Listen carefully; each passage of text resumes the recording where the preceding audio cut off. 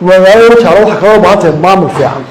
tan iyo intii madaxweynaha jamhuuriyadda Soomaaliland mudane Muuse Biixi Cabdi uu ka dhawaajiyay in magaalo ganacsiyeedka Wajaale u baahan tahay maamul fiican ayaa shacabka magaalada Wajaale waxa ay ka markhaati kaceen in magaalada Wajaale u baahan tahay maamul fiican waxayna shacabka reer Wajaale cabasho ballaaran ka muujiyeen qashinka wada xumada iyo nadaafad darrada taalla magaalada Wajaale oo qarka u saaran inay xanuun ka dilaacaan arintani ayaa ku soo beegmaysa xilli wasaaradda caafimaadka Soomaaliland ka digtay goobaha biyo fadhiisinada ah maadaama ay jirto xumad xun oo maalmahan ugu dambeeyay ka jirtay gobolada Soomaaliland shacabka dawladda inta gacmaha is qabsado arrinka isaga wax laga qabsan leeytan ba ninka adaga waxa oran karnaa waa daciif aan oran karnaa shaqadiisu uu qaban leeyahay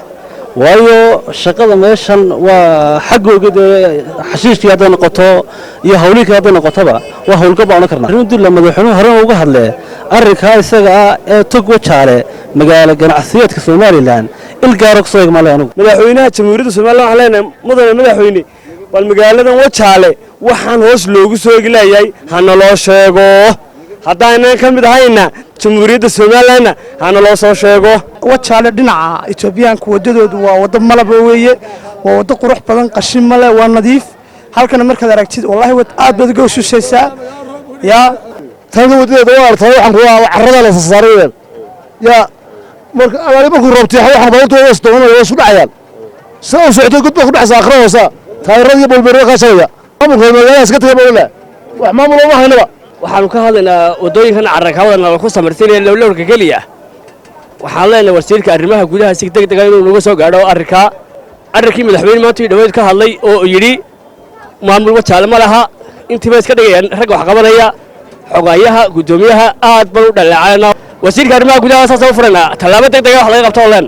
wadooyin noo sameeyeenba ma jirto waayo wadadu way imku meel nooga si dareenba imikaba noogu daran tahay sidoo raab noo dhaantay wadooyin caadi noogu sameeyaan iyo inay way wadada naga laaban gidigayga nadaafad darradii waad arkaysaa inay aydu dhex taalay waad arkaysaa oo ku dhex baqtidoon ciidana tan kala ahayn dadka magaaladuna kuwa hadla maaha hayo waxa soo gudaafada ka hadlaya imiga wadada aad arkayso waxa la sameeyay 2016 maanta ciid baa lagu dul shubay waxaan leeyahay waxaan dadkan imiga meesha jooga dad dhaama ya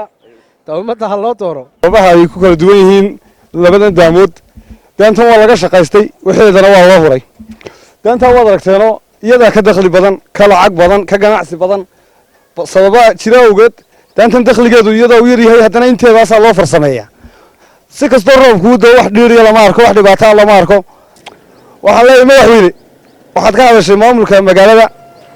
maamulka magaaladu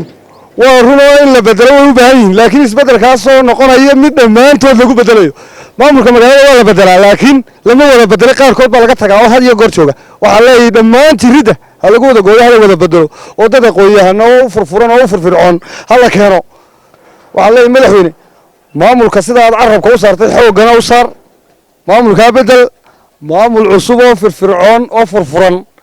inaad keentaan u baahannahay halkan aan ku sugannahay waa magaalada Wajaale isla markaasina magaalada Wajaale waa daanta Itoobiya